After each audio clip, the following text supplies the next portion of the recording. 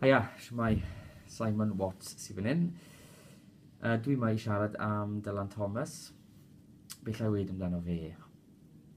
Right, wel, fel mae'n digwydd, un o'n hoff gerddi fi yw Do not go gentle into that good night. Dwi'n cofio ambell i linell ono fe. Old age should burn and rave at the close of day. Rage, rage against the dying of the light. Mae'n gerdd a hanner. Dwi wrth y modd gyda fe. Dwi'n cofio i ddarllen hi blynydde nôl nawr. A mae di aros yn y cofers ni. Mae'r neges ynddo fe o mab yn trial cynghori i dad i beidio a gorwedd nôl a derbyn marwolaeth, ond yn hytrach ymladd yn erbyn reit hanner o'i eiliad ola yn hynod o bwerus, dwi'n meddwl. Wrth gwrs, os ych chi'n trafod Dylan Thomas, mae'n anodd anwybyddu yn The Milkwood.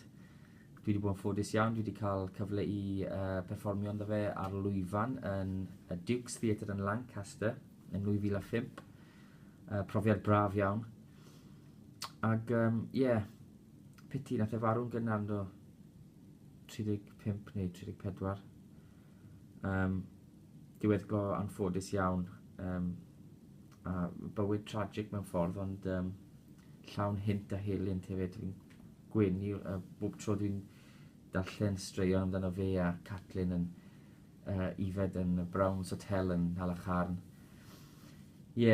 Am gymeriadau diddorol.